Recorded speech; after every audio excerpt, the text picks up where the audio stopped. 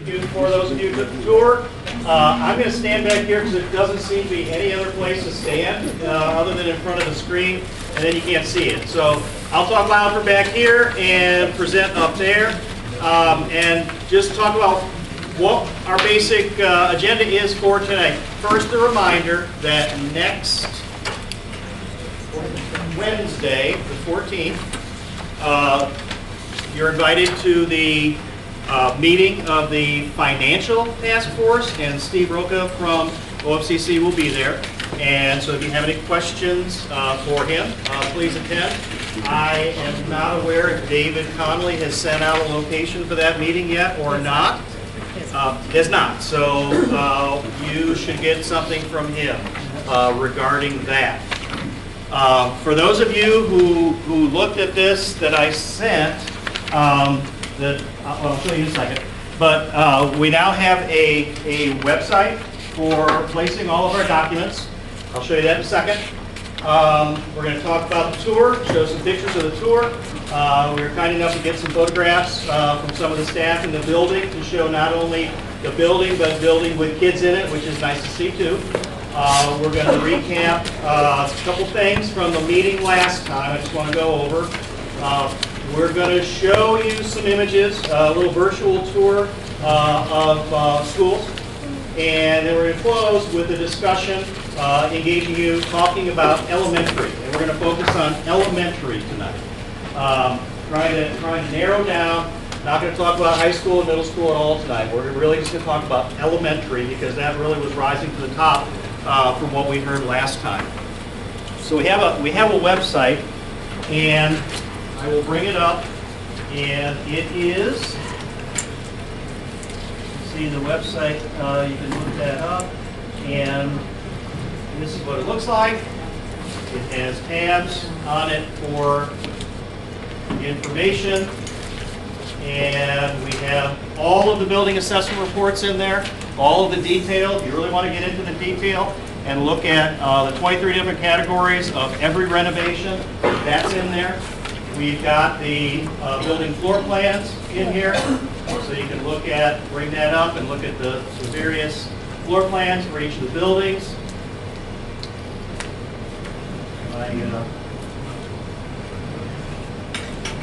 Not quick on my portable site here. Hold a second. Could you send us that site? Yes. I'm having some trouble getting through the Y, capital Y, lowercase t, capital R. Okay, yes, I can do that. Okay. I'll make sure that I send that to you, and I don't know if my hotspot is working down here. Yeah, there it goes. So anyway, all the information is here. We have the meetings are on here from previous meetings. That's all there as well. And we even have if we have videos, the videos are on there too. So you can see everything. So take a look. We're only going to put information on here that we bring to the meeting. This is not a forum. This is not a commentary site. We're not putting our comments on there. This is simply the information. So the information is available for everybody. So, and I will send that out. I'll send out an email to the entire group just so you can then just be able to click the link and then save the link and be able to go to that in the future. So, Conneaut tour.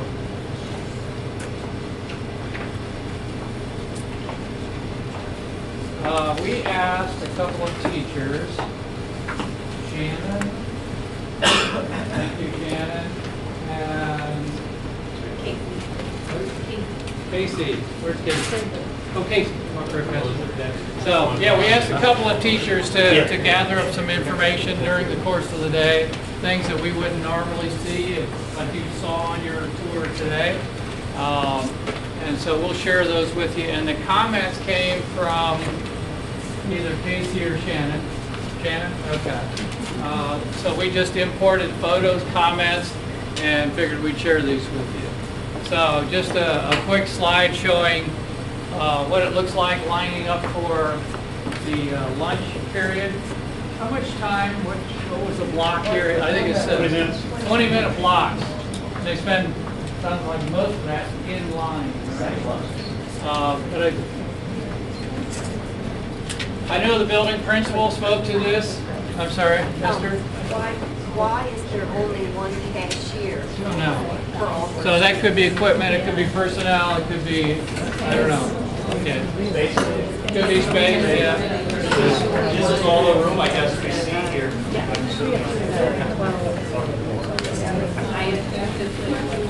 How many students are in the building? So the building principal spoke at some length It was all about automated. It was the supposed to storage, cut back on the student employees. storage, Nobody used to and even went to the touchy happened to them? subject of lice issues from time to time. Right, but they, it was all, I thought it was Restroom, just kind of a capacity one thing cash here. handled, it was quicker and not as many cashiers. Only one toilet in this That was the grand. particular part of the building. And none of the bathrooms are ADA You accessible. just swipe it. and Okay. it's real quick. Is that, did you notice that yourself? I asked the question. Okay, and I think that's in the assessment as well. Yeah, so what Steve showed you, all that information, if you dig through that, you'll find that repeated in the assessment. Esther? Do any of the teachers have any idea how this affects the classroom teaching? The fact that children have to stay in line to use the restroom? Any teachers speak to that? It's not great for instructional time, for expediency.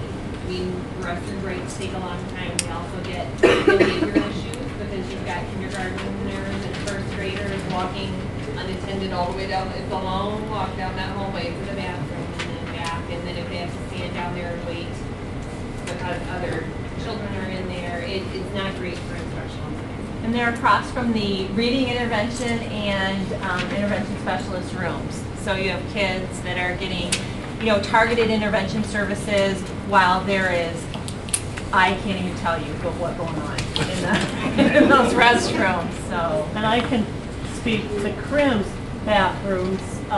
There's lines there too. However, the new bathroom is nice because those sinks are on where a female teacher can keep an eye on all children. It's just not the girls, but the boys. They're all out there visible. And we have a system where only 2 go in, 2 come out, 2 go in, because stuff happens in the bathroom. So when I looked at these bathrooms, like, ooh, I would hate to have to stand out there and monitor a bunch of boys that are in there where I can't go in, and at least they're even washing their hands in there. And if we're teaching in our classrooms, we can't go monitor because we're all the way down the hall and we can't be in 2 places. And in my case, I can't trust my class to go by themselves because we're not close enough. So we go at a scheduled time. We all go down and wait in line. And it ends up to be lost instructional time from some teacher because it might be someone in the hallway going to and from another class, like I'm an intervention person. And I end up going, not going to the bathroom, but intervening with some issue at the bathroom, so that's lost instructional time. So I think the answer to any issue with the bathroom is lost instructional time. Okay. That answer your question? Thank you, yes. Okay. You guys did the tour up on the stage, kind of a multi-purpose space here, with that being a sensory space. And so you got a full understanding of that. We've got a couple of pictures there. Certainly not a conducive space for that program. I don't know if you saw this space on your tour. We did not. Okay. Okay, paper storage closet that kind of doubles as a therapist space or tutor space, correct? Sometimes if all other spaces are being used, this is kind of a swing space that if an occupational therapist and an English language teacher and an outside therapist all need a space and they're all taken, they might have to take a student in here. Was that a slop sink? Yeah. So that used to be a custodial Yes. slop sink and That's a good eye there. You just got a corner of that, didn't you? Yeah, it's big too. It's out there. been through a lot of Special education classroom with 2 or with a partition. And from what I can see, that partition is one of those little flimsy type, right? As opposed to today, if you have a movable partition, you want, they call it an STC rating, sound transmission coefficient. You want something that's comparable to a solid wall.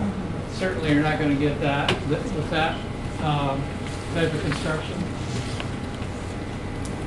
An example of what happens during the day, I guess, is, again, lack of tutor space.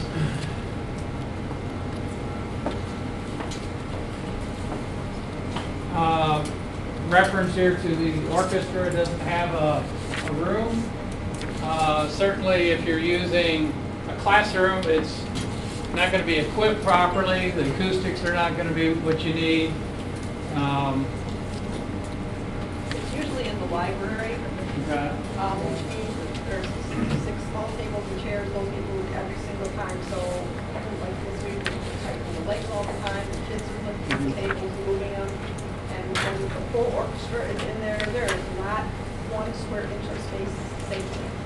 So if we had to all get out quickly, that would be a big problem. It also dictates the library schedule, because classes can't use the library when the orchestra is in.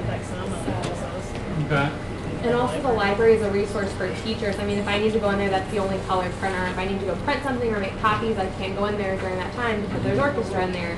And if I just go in, I can hardly walk to the copy machine because there's chairs everywhere. Now, there has been talk, I gotta say, it's an elephant in the room. You know, orchestra is for 5th grade only, and it really dictates a lot of scheduling. We would love to have it, of course. However, as a teacher, and I would think in most buildings, we would all agree that it makes it very complicated in many aspects. So you start questioning, is orchestra worth it at the 5th grade level? Because it snowballs into scheduling, space, and so just a thought out there. I just think it needs to be out there that maybe. Typically, it is started at an early age. Yeah, we have band. Yeah. So do all 3 elementaries have orchestra? Yeah, that's 5th grade. It used to be 4th grade.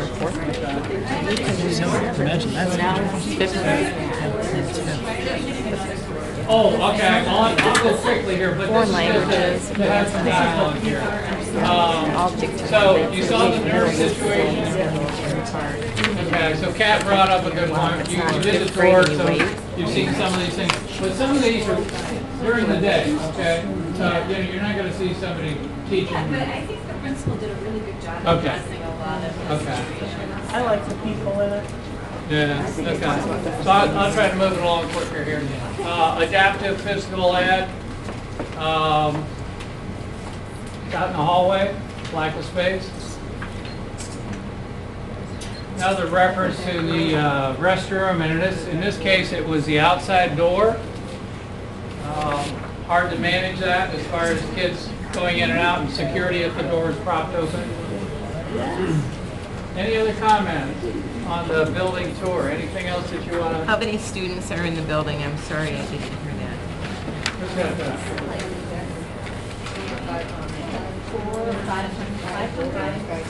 Well, I know they're all 200. Isn't the difference 200?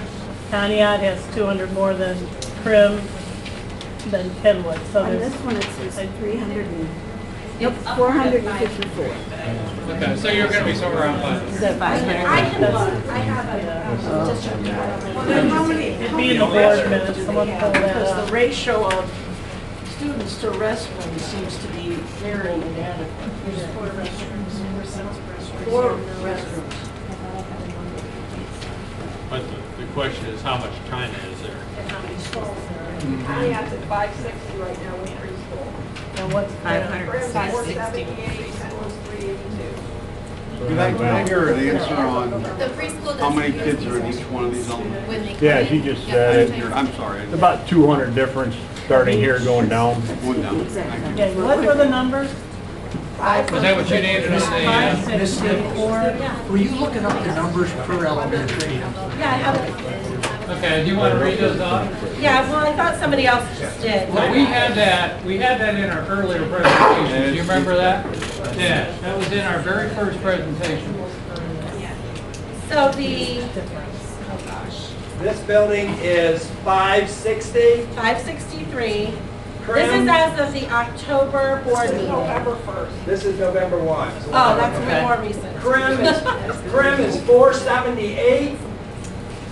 And Kenwood is 382.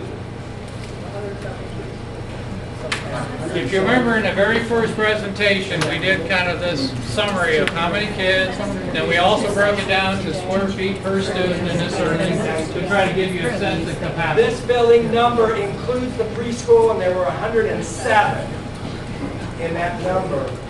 That would be preschool.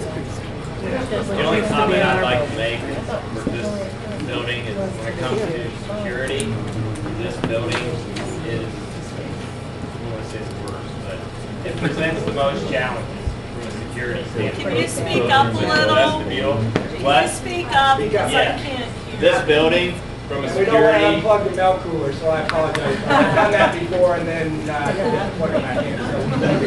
from a security standpoint, when I worked for the police department, and we did an assessment of all of the schools, and this one presents the most challenges. Most of the buildings present challenges because they were built in a time when everyone was welcome into the school. Doors were open, I mean, it was the 50s and 60s. And then when adding the modulars, that is a nightmare from a security standpoint. They're separated from the building. There's large windows in there.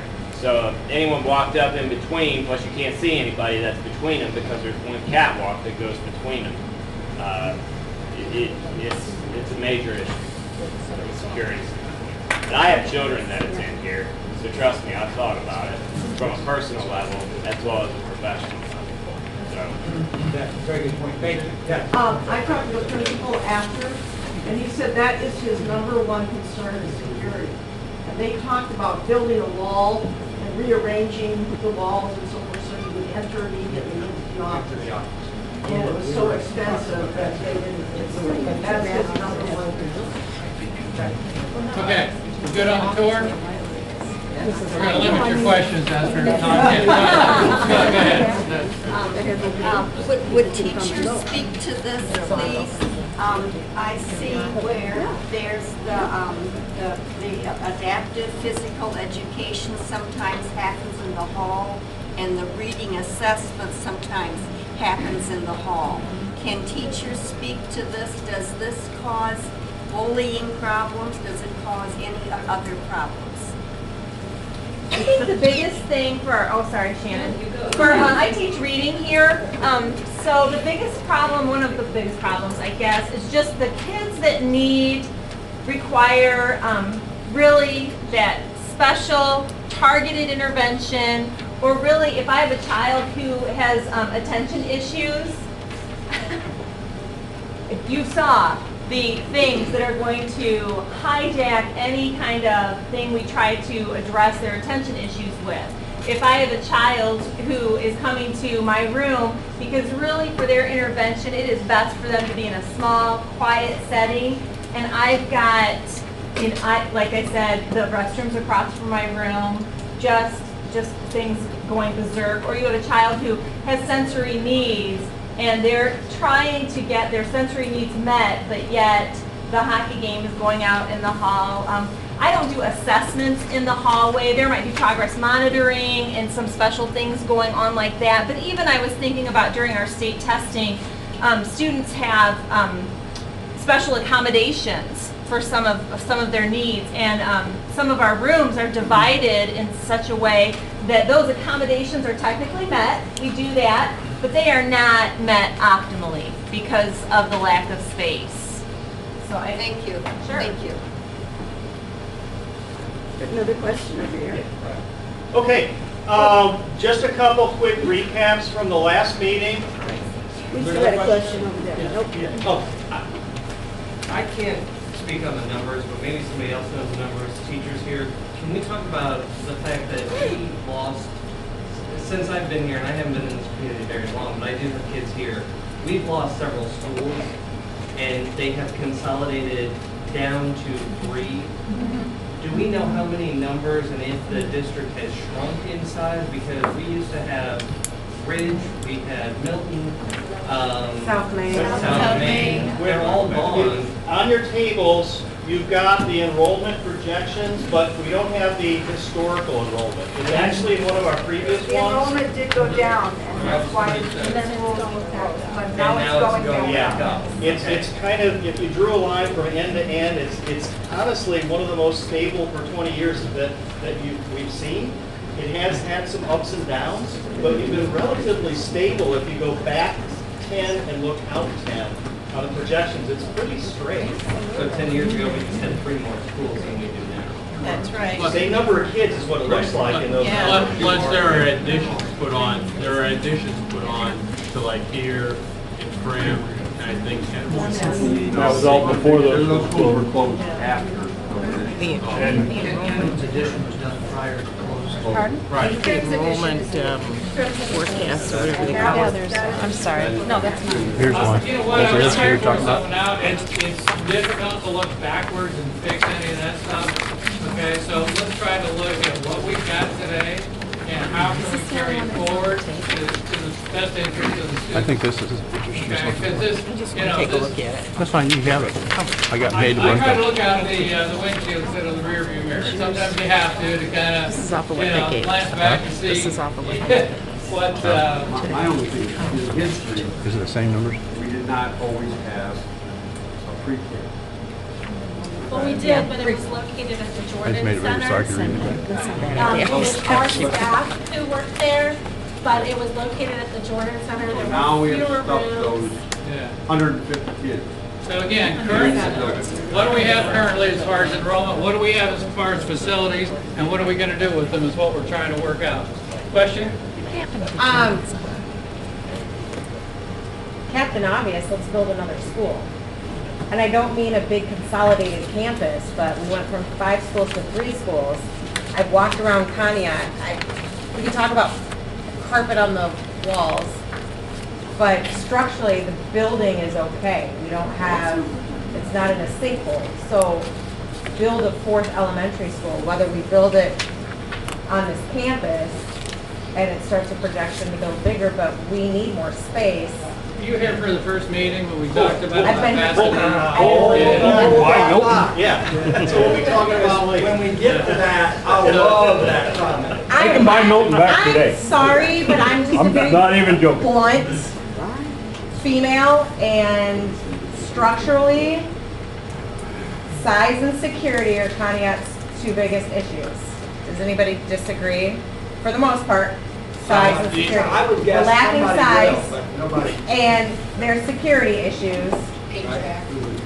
And So you've start got, building on another school. Okay, but I would say, That's just me. yes, no, let's get through this part, and then I'll love that, because we're gonna get into elementary options tonight, and that could be an option. All right, couple quick things from last time. I just want, I realized that maybe what we did last time before I posted it just needed a little bit of clarification, because if somebody opened up these slides, I put a disclaimer on it. And I wanted everybody to understand that what they're looking at is not a decision, it's not a consensus. So I wrote these words. These questions are for initial benchmarking of perceptions and do not represent any conclusion or decision. Every single slide that we ask questions says this on there. So I just want everybody to know that we recognize that we did not want anybody to interpret this differently. So that's been added. When you go to the website, it's going to look just like that. Here's our responses from last time, and we got a lot of responses that are physical changes that we recognize, and as architects and engineers, we know what that means. So yes, HVAC system, technology, things like that, we understand all of that. Where we are going to do a little bit of discussion tonight is on what we maybe don't know what you think, or maybe we want to show you what we think you think when you start answering about space for needed programs and services. And on the next one, educational issues, and I think the previous one, flexible teaching spaces. So a lot of these other ones are, yes, this is what we know. These are building deficiencies. They have to be corrected, newer or renovation. A lot of these things we know we have to do. So we just want to touch a little bit tonight on what does this mean? Space for needed programs, educational issues, and flexible teaching spaces, and just show you some things. Okay, I'm going to click back a couple here just to point something out that jumps out at me. There's certain categories in here that if we were trying to reduce the number of categories, there's some similarities. When you see healthy environment with 8 and HVAC improvements, you're really, I think you're saying the same. Right. You know, so there's a few things like that on both of these slides that could, you know, if it looks daunting to try to take on all that stuff, it's really not. Okay, the so-called virtual tour, you've toured this building.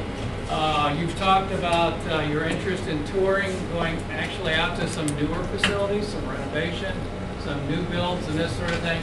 We just thought we'd give you a little sampling of what's out there, okay? So this is not us trying to promote anything, it's just showing you examples of how some of the educational facilities have evolved. Simple one here, you look at what appears to be a double-loaded corridor. Looks kind of simple. What you start to notice is there's this extended learning area. So that gives them the opportunity, you see to the right, gives them an opportunity to do some collaboration. You see the type of furniture and this sort of thing that are easily movable. There's technology out there. You'll notice there's a small group room fit into this. And I think I saw a teacher's workroom. You know, notice those are all the same grade levels.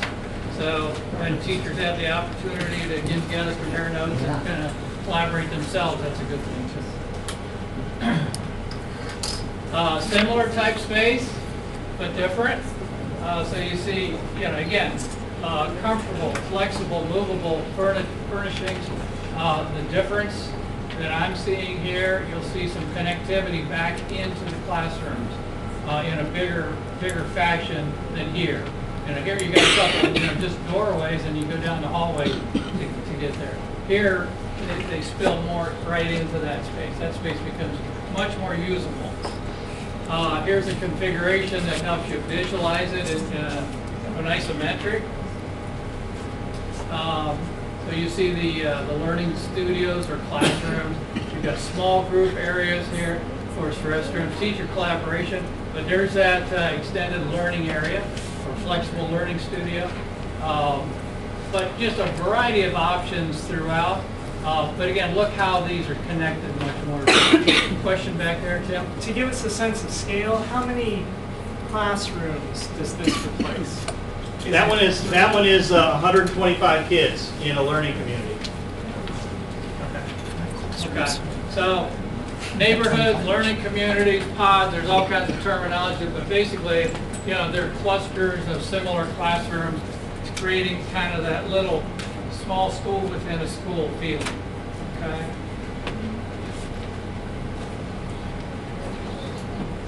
Another version here, just another example. Again, notice the furnishings, notice the technology.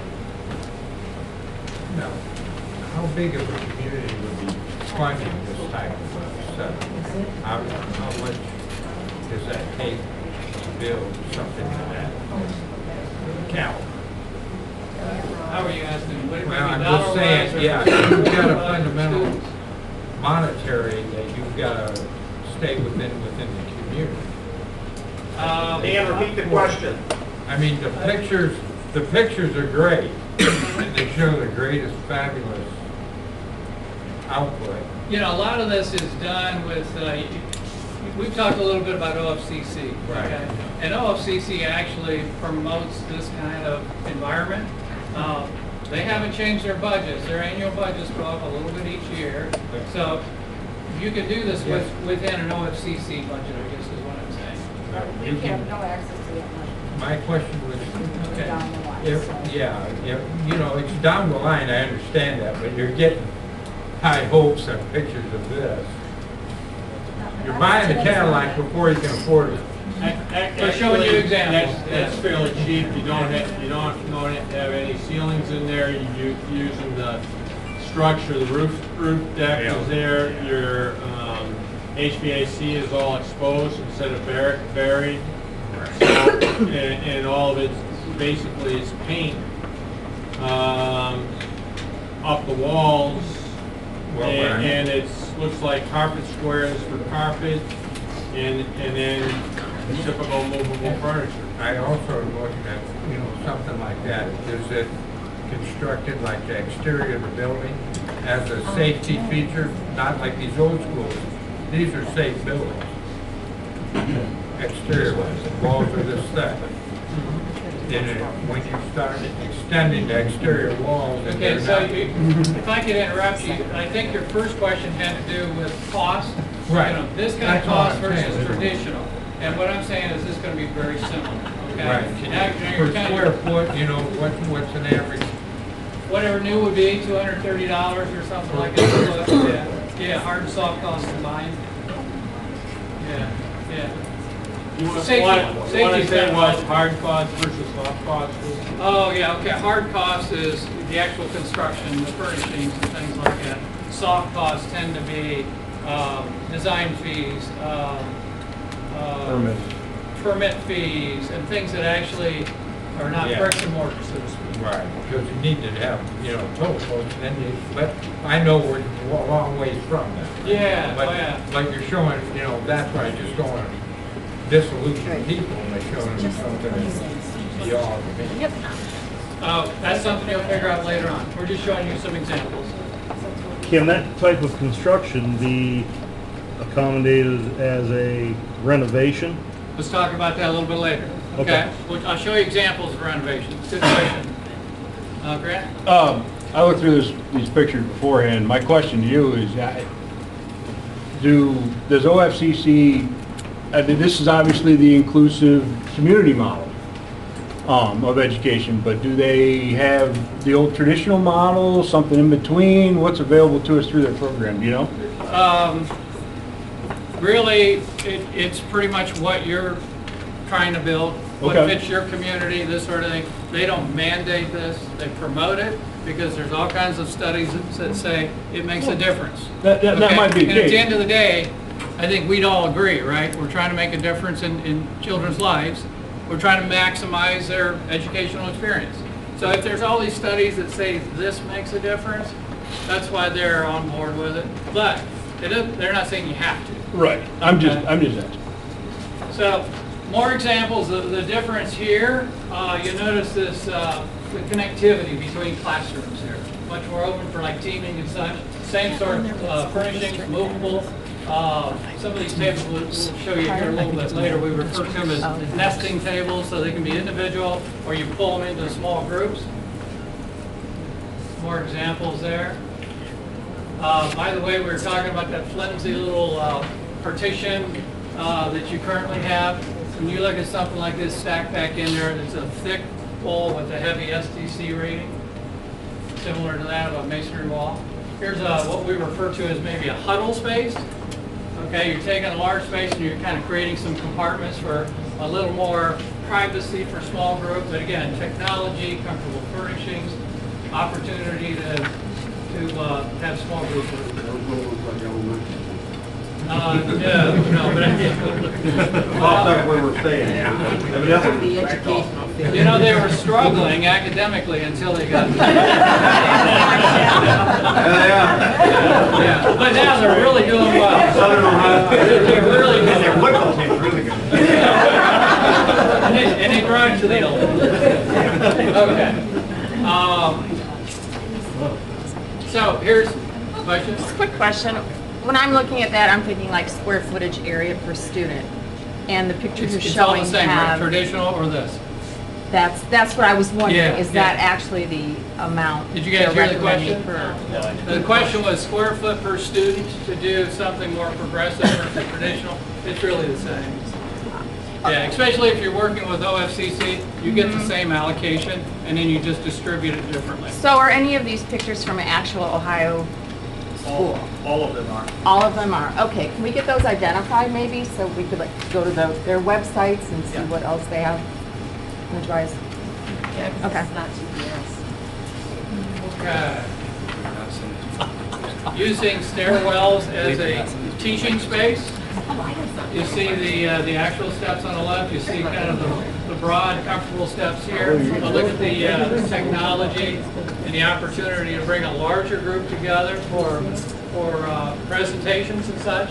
But again, it's part of their circulation system. Yes. I was just going to ask that. So this, when not being used for this type of environment, would be just a traditional staircase. So you're double using space? To some extent, yeah. You can see it's much broader.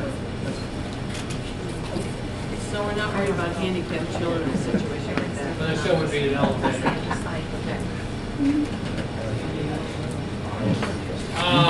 There's a term out there, it's just kind of a fire pit configuration. Very comfortable for small groups. There's the nesting tables I referred to earlier, pulled together. Another one of these extended learning areas. You notice the opportunity for power and technology and again, furniture makes a huge difference.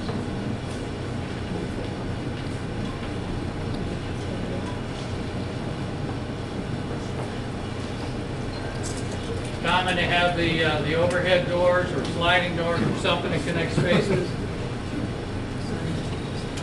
This is another one of these I lost the term. Gathering stair. Yeah, and in this case, platform area there for presentations. You guys are familiar with these little wobble seats? Yeah, I want one of those at home. But seriously, kids fidget and it helps them burn off that energy, makes them a little more comfortable. You see the presentation platform fit into the corner here, and this is just a little bubble off of a corridor.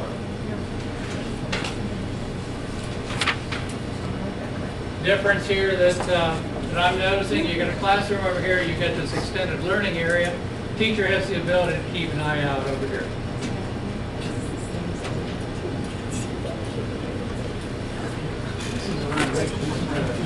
Okay, so somebody asked about a renovation earlier. This is a renovation. Steve can elaborate on it, but it was a rather dramatic renovation, including removing floors on a multi-story building, this sort of thing. But these are some of the spaces that were created. Now, most of these huddle spaces, you can see, is just done with loose furnishings.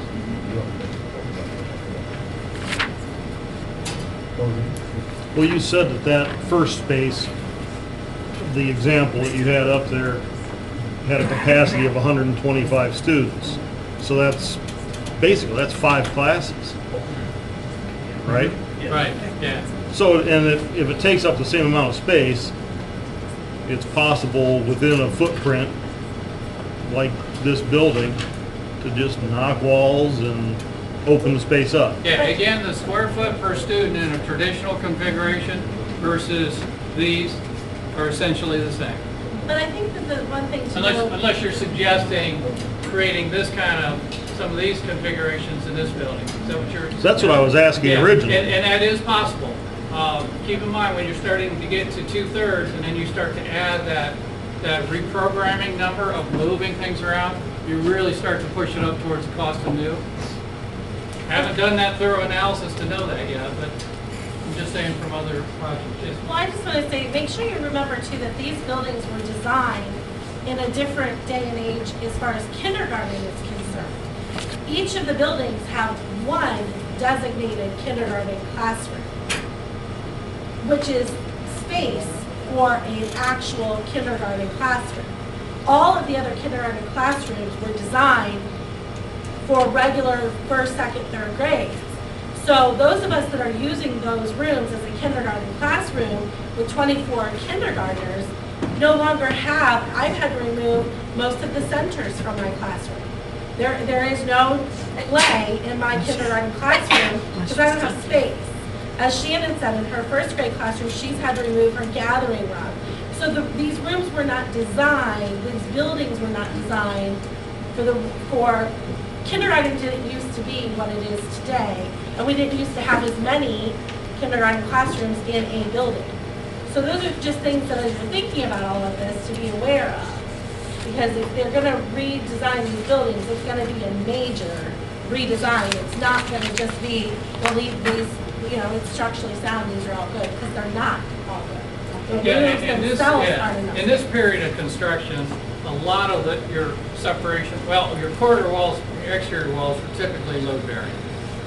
Partition walls are typically masonry. So you do get into a lot of heavy construction costs. But again, that's something we could dig into later on. Esther? Yes. Are teachers teaching differently now than they did 40 years ago? I'm teaching differently now 12 years than I did when I started. I started kindergarten 12 years ago. I was teaching half day. What kindergarten looked like then and what it looks like today, drastically different. Now, is it different because of the state standards, or why is it different? It's different because of state standards, it's different because it's full day, and it's different because we've realized what kids can do. Okay. Because kids are capable of so much more than we ever gave them credit for. Okay, thank you. And the world is different. And the world is different. Yeah. How many teachers do we have in the room? Okay. So you guys are familiar with, what you have here is industrial age models, right? Line these kids up in a row. Teacher has all the knowledge. Teacher shares the knowledge. The student has to repeat it back, and you're tested on that ability. That's not the way to learn. And each student learns a little bit differently, so this creates opportunities for kids to learn in different. If you've heard the term learning modalities, there's just different ways that people learn, and then you want to give them that opportunity. I'm sorry. I'm sorry. I'm so sorry to interrupt.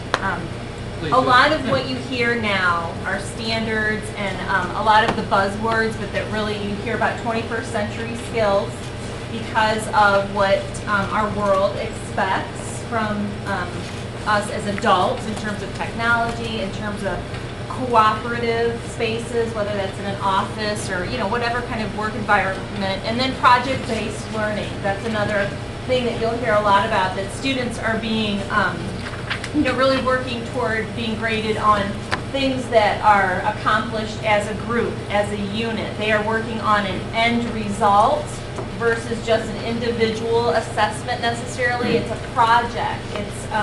It's more practical and real world. So when you think about these spaces leading and lending to those kind of expectations for our kids versus what we have now. Yeah. I'd love to take some time and talk about that learning pyramid and how this period is lost up in that 10% retention area versus what you're talking about is hands-on, higher retention, greater ability to learn. By the way, a number of these, Steve, correct me if I'm wrong, I think you start right here. These are all renovations. Okay? I'm going to put a mix in there. Do you know how big Santa schools are? Well, they vary. Oh, this is a big. No, this is. This is a renovation that it actually changed the inside of it. We're kind of focused on elementary right now, mindset here. But eventually you're going to be talking district-wide. Okay. We got a late start. Somehow this has taken longer than expected. Tim, take over. All right, gang, I'm sort of combining things. A couple of things from that is, remember, any of those pictures are if you do nothing except update furniture, to remodel, to add on, to build new, to whatever. So we're trying to give you a snapshot so your lenses start looking at all the different pieces and parts. You've been chomping at the bit to make sure that we start looking at options. So tonight, for the last half hour, we're going to be handing you some options, and I hope I handed everybody, at least one person, a packet. So if they could go ahead and hand those out. There should be 3 options at your table, along with an informational packet. And then also 1 sheet that says, what does neighborhood schools mean? Now, if, as you're talking tonight, if you could come up with your table's sort of definition of what you think that neighborhood concept is, that would be great. Because we heard it for the first 2 meetings, and we're not sure what neighborhood schools mean to you. Because we know, and you've talked about it tonight, you've closed 4 schools down. They're no longer there. Like my first district, we started with 6 consolidated small areas and moved down. Yes, okay, good. So, talk about both historic, what neighborhood schools mean, and also futuristic, what neighborhood schools mean. I was just going to say that I think, like, generally speaking, neighborhood schools, people align it with small schools, and those are 2 separate things. So, I mean, I just want people to keep that in mind. Right. So, like, now. And I would say that, remember, when I started talking with facilitation with you folks, I'm going to say yes to most everything, because that might be her definition, and it makes sense to me, but somebody else may have another definition, and that also can make a lot of sense too. So you've got to be able to think about what your whole community is thinking about when they're saying, keep a neighborhood school. We want this or we want that. So help us figure out what some of those definitions look like. Then, on your tables, there is a whole informational packet for each table. In that packet are things that hopefully will help you look at your options. Here's the enrollment. Now, one of the things I want to point out, because, I can't remember your name, I'm sorry. Becky? No, the gal beside you. Yeah, I'm sorry. Is when she talked about orchestra. Yeah, that's what I was noticing. When you start looking at options, write down your configuration is pre-K 5, 6A, 9-12. When I was an elementary principal, I think I can. maybe won't be the most popular, but for scheduling purposes, I would have loved to have the band and the orchestra both out of the elementary as far as scheduling goes. Now, don't get me wrong, I'm not saying for kids, but for scheduling purposes. So talk about this when you're looking at options, but there's your enrollment number. There are also in your packets are sites, because when you talk about, oh, let's add on, or let's just renovate, or let's build new on the site, you've got to start talking in your groups about, okay, where's it going to be? What's it going to look like? What are we going to do with the kids while the construction's going on? All of those kind of variables. We also put in the floor plans, because some of your minds work at, okay, if we knock this wall out and change this, we could do this and we could do that. So that gives you the ability to look at that piece. And then the assessments are also in there. We know we've given them to you before, but that whole packet is there. So, I know I'm talking fast, but I want to get you on your tables, I also handed you 3 options. Now, we made these up. They are not preconceived notions of what direction you might be going. You have 1 packet of those also. 3 sheets look like this. And if you look at the very top, right here, right across the top, it will say, elementary concept number 1, build 1 new consolidated elementary school for grades pre-K 5. And then you have got to talk about pros and cons to doing that.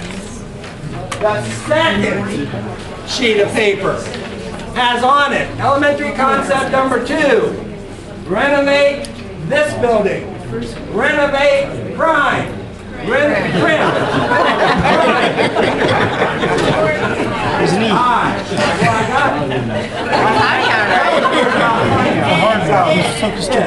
Sorry. And renovate Kenwood. So that's option 2. I won't mess that one up again. I promise you that one. And then the third concept is build a new elementary on this site. Renovate Krim Elementary and build a new Kenwood Elementary on the Kenwood site. That's giving you 3 options to talk about pro-con so you can get into the groove. Then, Vicki had her thought about, let's do this. So I'm going to be passing around blank forms. Totally blank. You can get into pairs, you can get into individuals, you can stay in big group, you can do it however you want. But then I want you to start flipping over every rock and figuring out, well, what else is out there? What else could we do? And we're only talking elementary tonight. Don't muddy the water up with middle school, high school. We've heard a lot about your elementaries. It's time to start thinking, what are all of those possible option pieces for your elementaries? And they could be a lot. They could be the exact same thing with a configuration different piece. Maybe you guys decide as a group you want it to make it one building pre-K3 and the other one 4, 5, 6. I don't know. But whatever it is, it's that kind of thinking we want you to start getting into. Pros and cons with it. Fire it up. I would tell you that you're better off to get somebody scribing and get a bunch of chatter going. And you have until 8:30, but here's the other piece. Well, you can stay as long as you want. I'll stay with you. The other thing I'm going to offer up is we'll put this on the website, and Steve will get it for you so you have blank ones. And you're welcome to work even on your own at home and fire a sample back to them. Or if a group of you decide you want to get together. All we're trying to do now is give you enough information so that you can start figuring out which one of these might be possible, and then we'll start narrowing the scope back down. Graduate this program. Questions? Yes? Comparison between the cost to renovate and cost new, does that include the cost of You mean like you put modulars or something? No, swing space, when you build a new school, you got to get something for a while. We want to work this over. Let's say We want to work it. does that cost that you put down there include the cost of swing space? We want to work it over. Question was, if you end up with buildings for changing, remodeling, and so on the site, does that money include what you're going to do with those kids while you're doing the changes? And the answer is no. Okay? All right. If there are any questions, go after it. Brian, are you with us?